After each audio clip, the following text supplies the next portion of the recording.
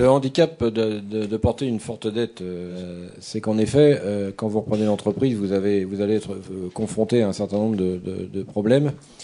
Et en effet, Oseo a fait une étude qui montrait, en hiérarchisant, quels étaient les problèmes que pouvait rencontrer un repreneur quand il reprenait une entreprise. Alors vous voyez que la perte de clients, c'est grosso modo 25% des problèmes.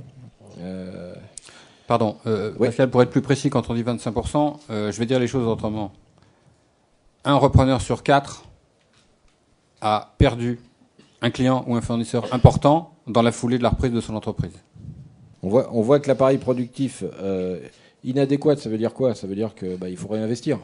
Ça veut dire qu'on a acheté une entreprise qui n'était pas équipée, en tous les cas, pour affronter le futur. Donc là, c'est effectivement une dépense un peu massue, puisqu'elle n'était pas prévue dans le business plan et qu'il va falloir y passer. Donc on voit que c'est encore plus important que le poste d'avant. Problème de trésorerie, le point crucial, c'est-à-dire que, c'est ce que je disais tout à l'heure, une entreprise a des difficultés, en général, on le voit au niveau du tiroir caisse, il n'y a plus d'argent.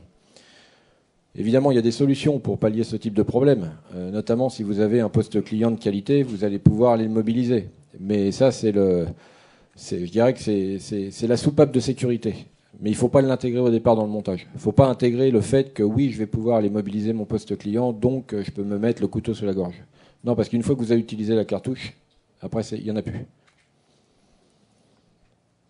Donc l'annulation ou le report d'investissement, ça c'est le carnet de commandes, effectivement, qui va se dégonfler. Alors je pense qu'il y a pas mal d'entreprises qui ont subi cet avatar en 2008-2009, malheureusement. Où il était quand même compliqué d'anticiper les choses, mais vous voyez que ça pèse très très lourd dans les problèmes que rencontrent les entreprises. C'est des cas quand même qui sont maintenant assez fréquents, puisque on atteint là 40% des opérations. Et enfin, ce que disait Franck tout à l'heure, le problème de RH. Vous arrivez effectivement avec des gens que vous ne connaissez pas, des gens qui ne vous connaissent pas, qui avaient peut-être le feeling avec le précédent, mais qui ne l'auront pas avec vous. Donc là, qui ont peut-être un métier qui leur permet d'aller se vendre rapidement à l'extérieur. Donc surtout, identifiez bien les gens qui sont clés dans votre entreprise, parce que cela, il va falloir les choyer. Et peut-être que l'investisseur en parlera tout à l'heure, ou Stanislas, mais pourquoi pas les intégrer dans votre opération et leur proposer un petit ticket au capital qui va les fidéliser. Juste une précision, enfin une petite anecdote, mais qui s'est répétée 4 fois, parce qu'on a repris 4 sociétés. À chaque fois, pour la partie RH, le cédant annonce la bonne nouvelle en disant « En plus, vous avez de la chance, vous allez tous être augmentés ». Alors, soit il le fait avant que vous arriviez, soit il l'annonce. Pourquoi? Parce qu'il a envie de faire plaisir et il a envie qu'on se rappelle de lui avec une bonne image. Et ça, c'est classique et c'est à chaque fois la même chose. Là, c'est très intéressant d'abord parce que Oseo a monté cette étude sur une période longue, 97-2004, elle est pertinente et j'aurais envie de vous dire que c'est toujours d'actualité. Si je vous fais le cédant 2 secondes, et c'est pour ça que vous, repreneurs, vous devez avoir en permanence un esprit critique, comme lorsque CMCIC Capital Privé investit auprès d'un repreneur, nous sommes très critiques sur tout ce que peut nous dire le cédant et surtout son conseil.